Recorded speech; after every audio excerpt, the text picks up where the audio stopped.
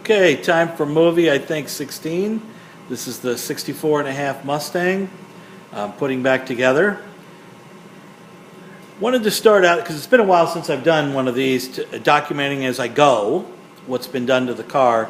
And once again, I'm still of the opinion that I need to put it all back together and take it down and make sure that this folded metal box of a car is actually square before I start hanging body panels on it and doing gapping.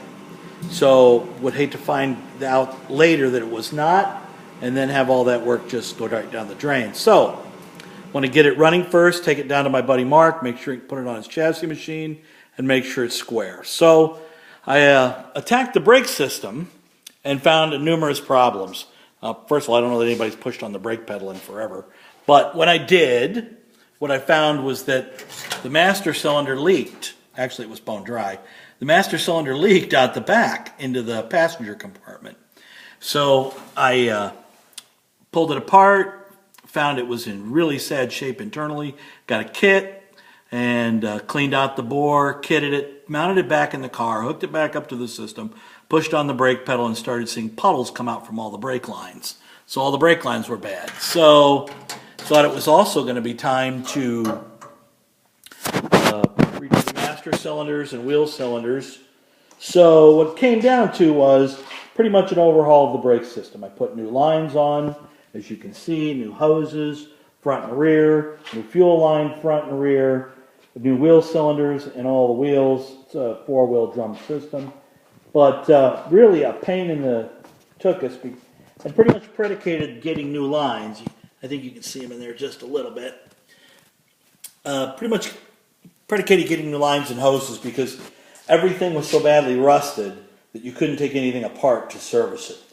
And got the local gas station to turn the drums. I know nobody else probably will. They'll make you go buy new ones. And these are once again the originals, and they still had plenty of meat left on them. So I got them all in, new wheel bearings, put it all back together. So the braking system, and I actually have a pretty good pedal. It just needs to be the brake shoes adjusted out so it doesn't have nearly as much travel as it currently has. And I've also put the motor basically all back together. Finally got the water pump in after waiting 60 days for it. And got the generator hung, although I'm not sure about the way I've got the lower bracket on it, if that's correct or not. I don't think it is, but really I don't see another way to do it. I think the bracket arm is supposed to go behind the generator, but the angle of the arm, I don't see how it would even be straight with its current mounting position. There was a boss on the water pump that it goes to that is not a through bolt, it's just a boss on the water pump. And unless that arm goes somewhere else, and from the books I've got, it doesn't look like it.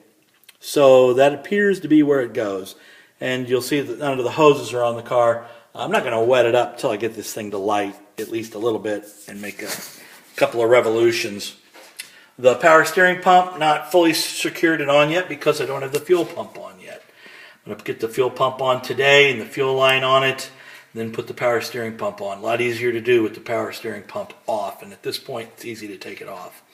And once again, not sure about the way this thing mounts. I think I have it right. I had to make a stud for the lower mounting because the water pump bolt kit that they shipped to me didn't really contain a stud, and it pretty much shows right there on the lower one. It pretty much shows in the book that calls for a 4.5-inch stud sticking out there.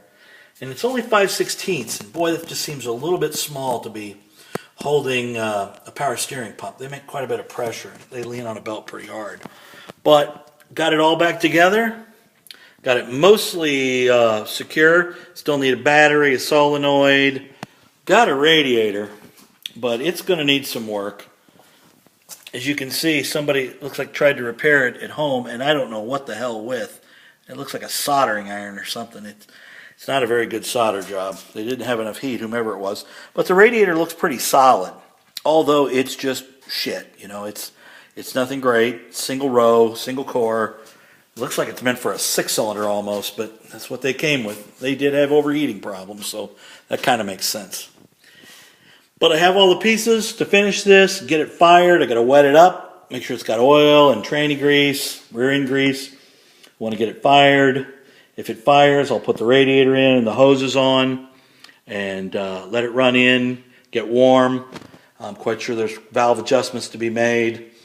But all of that just so I can get it down to my buddy Mark's place and see if I can't get this little folded metal box checked and make sure it's square before I bring it back and hang it on a rotisserie and get to work. Well, that's the update.